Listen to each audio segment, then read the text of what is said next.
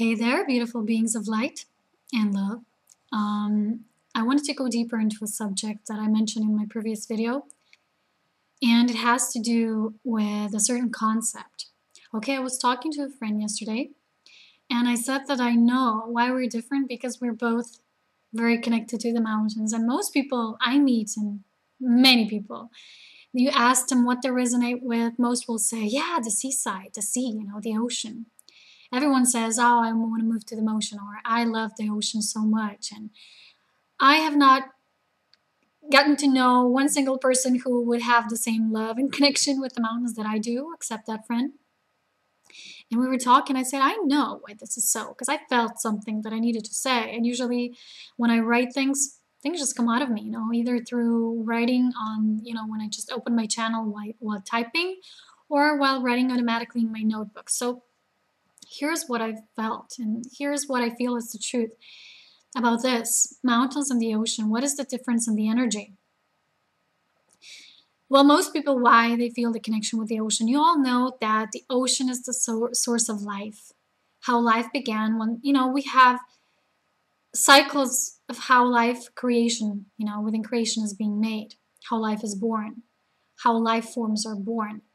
Every planet, when going through a certain evolution, when it's a young planet, when it, starts cooling off, how life forms began then, being seated on the planet, starts, going through that phase automatically.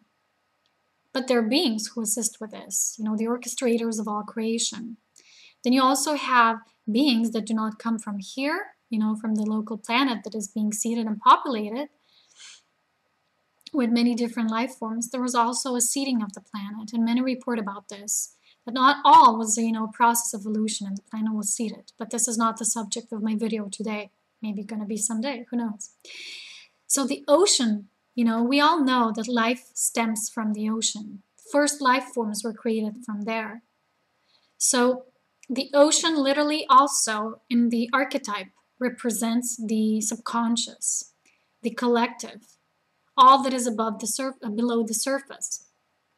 So people who resonate a lot with the ocean, this is the natural connection to the source of life here on this planet. And the source of all life lies there. There's a lot of unknown, we don't even know of the half of the species known to us that live underneath the ocean.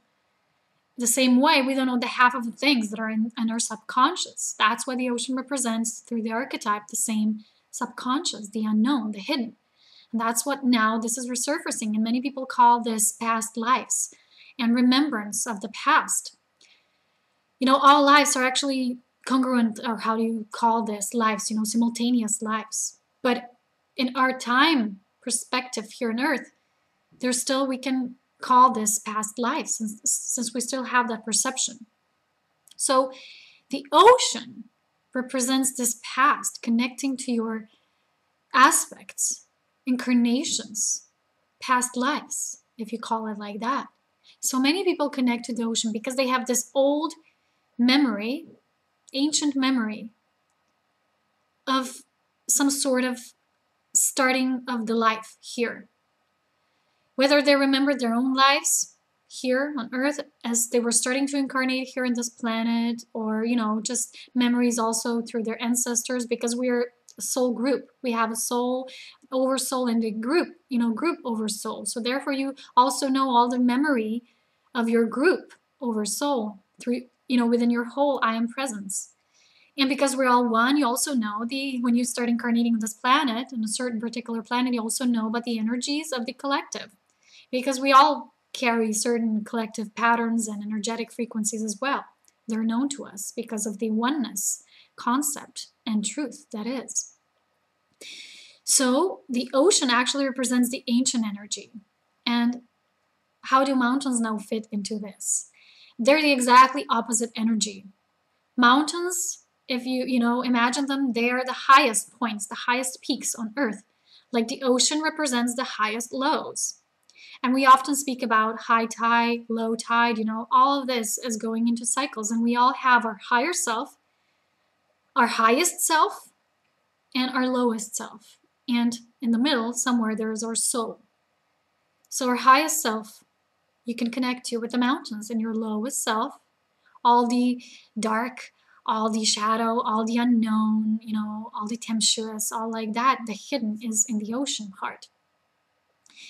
I'm not speaking about the physical nature of creation, because we all know ocean is beautiful, mountains is beautiful, all natural creation is beautiful, all life here on this planet is beautiful, and every other aspect of the localized and non-localized planets and the multiverses that exist. So I'm speaking about the energetic frequency of such places, okay?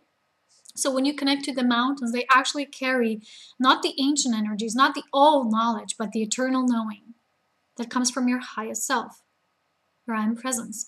Also, many mountain regions carry like this etheric imprints, and a lot of the highly evolved beings have their etheric retreats and spaces there. It's like they already have, these vortices of highest dimensional energies, higher dimensional energies, and you can connect to them when you're there.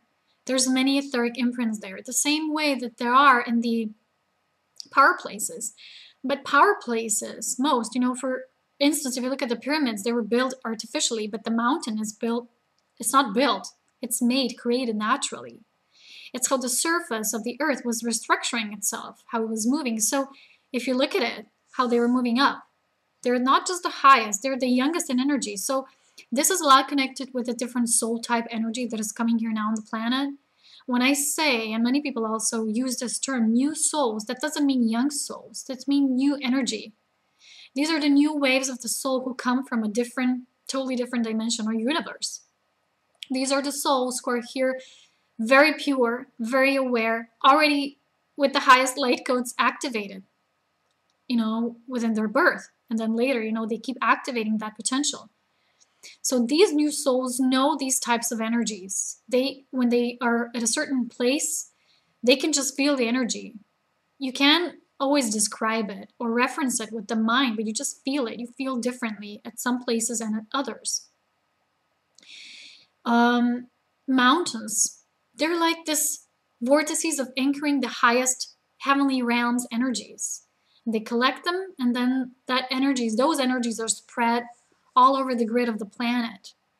So the sacred spots, something similar, but not the same thing, because most power places were built artificially. For instance, you have the Stonehenge with these stones built, artificially by certain groups of beings that did that on purpose, because it's connected to certain, stargate ways and alignments and so many other things that we don't even know yet. It's just coming now and it's resurfacing.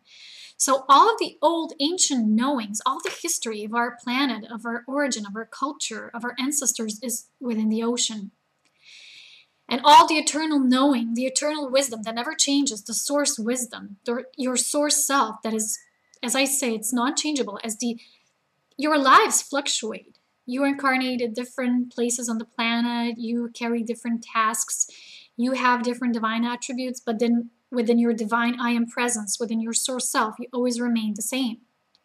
So we have the expanding part, the exploring part, and the remaining eternal part. So for me, the ocean is, collectively for us, the ancient kind of like database of all the knowings, of all the history. For instance, we have scientists and researchers and ancient historians exploring these parts of the ocean and discovering interesting new buildings, underwater places, things like that. And they are actually helping them to see the history, how it was before, what was happening on Earth. They're referencing things through the time sequencing, trying to see which area that belongs to, the findings that they see, that they encounter. But the mountains are something different. Their energy is like anchoring the eternal, all-knowing heart that is always as it is. There's no coincidence why so many times you see a picture of a guru just sitting still somewhere in the mountain. And I know why my connection to the mountains is so strong. I was told by this psychic woman last year or 2 years ago that I was actually a priest, high priest in Atlantis. And she said, do you feel anything of that already, Polona? And I said, well, yeah, I was thinking about it, but I did not want to speak about this because so many people say, oh, I'm Cleopatra. Oh, I'm Thoth. I'm this or that. Ugh, I don't like that because it's just the mind speaking to us. When we're in our heart, we more focus on the mission that we are, not what we were or anything like that. How I call this is that I have the ancient priesthood kind of energy. I have this archetype within me. This is the eternal part of me that never changes. And this is what I felt when she told me those words. And this is what I still feel. And there's no coincidence why they, in Atlantis, when you have these islands, and they were located for different, parts. They had different parts to play. They were connected and associated with different things that they were doing. And the high priests were always up there in the mountains in their temples. So for me, mountains are something so sacred, so new. But you know how you say, I like to call this something like new soul, old soul with the new energy, but in the young body. For instance, a lot of us is here in very young vessel. That's why many people can recognize us as the ancient ones, but we don't come from the past. Many say we were incarnating here for eons. Yes, many were. Many were, triggering and activating these light codes of the highest presence here through many diverse lives here on the planet, but many were also not. Many just come, visit, do their thing, and then leave because not everyone is from here. Basically, no one is from here because the history of the planet is connected with the stars and how certain star tribes came here and how new human being and template was created by those beings, how it was assisted to become a light being. But then another group of beings got involved and they all got messy. And this is the story, this is the game of things, how they unfold when creation is being created. Yeah, but this is basically the difference in energy. And you have to know the energy signature. You have to feel it in order to understand these differences. Many will say, well, all places are equally beautiful. As I said, I'm not speaking about the beauty or the majesty of these places because it's beautiful everywhere. Gaia is a pristine, beautiful being that is alive and breathing all this beauty, sharing it with us who walk on this planet right now. But I'm talking about the energy.